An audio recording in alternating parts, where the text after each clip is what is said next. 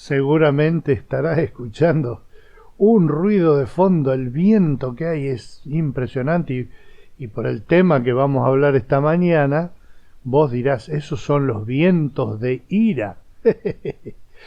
Y entonces es un buen efecto de fondo para lo que vamos a hablar hoy. Vos y yo amamos a Jesús, conocemos de Jesús y nos consideramos ciertamente cristianos, personas que creen en Dios, que creen en la obra de Jesús, que tienen comunión con Él, que oran, que leen la Biblia. Pero a veces vale la pena cambiar de eje las cosas para verlas en una perspectiva, para verlas de otro lado. Es lo que hace cualquier persona que está evaluando algo, que está por ejemplo, está comprando antigüedades en una feria y ve una jarrita o algo así. Lo toma en la mano y automáticamente lo balancea de un lado al otro, así como a 90 grados, para verlo de un lado y del otro, de abajo y de arriba, de adentro, el piquito, la manijita, a ver si tiene un sello, si tiene una inscripción, qué es lo que dice.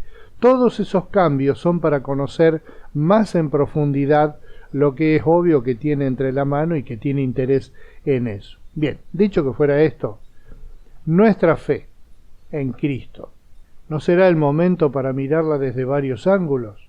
Yo quiero proponerte un ángulo, pero vos podés proponerte otros. Y el ángulo sería, ¿vos has visto a Jesús enojado alguna vez? Obviamente en el relato bíblico, ¿no es cierto? Por no decir que lo has visto enojado contigo mismo. Yo lo he visto enojado conmigo, sí, claro.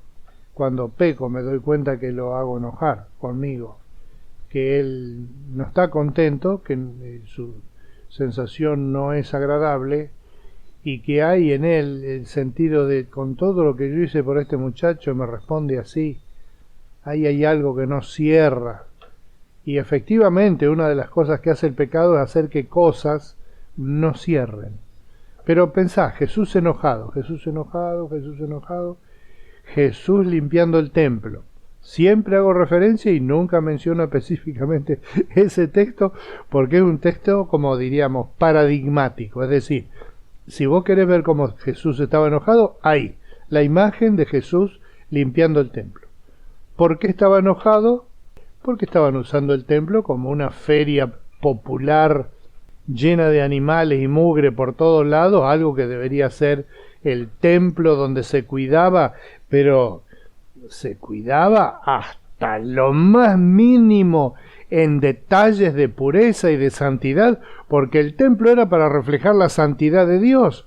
Entonces, vos entrás a un lugar que quiere expresar la santidad de Dios y te encontrás que hay olor a corral de chivos, y entonces ahí hay algo que está haciendo ruido, un ruido olfativo, pero ruido al fin, que obviamente quienes planearon ese templo nunca pensaron que iba a ocurrir, y a Jesús le molestaba ese, el ruido de los chivos, vos querés orar y tener un chivo ahí a 2 metros y el chivo está, vos querés estar en un momento de intimidad con Dios.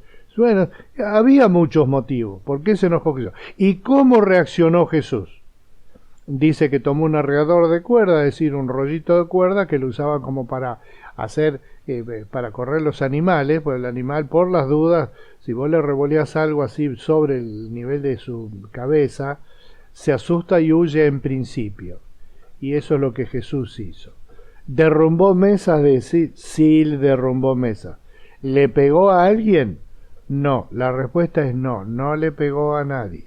Nadie se quejó de que él le pegaba y si te fijas, nadie le dijo, ¿qué te pasa? Nadie. ¿Por qué? Porque sabían que Jesús tenía razón en lo que estaba objetando. Y la verdad en ese caso fue realmente fuerte y nadie se quejó, sino que juntaron todo el desparramo de moneditas.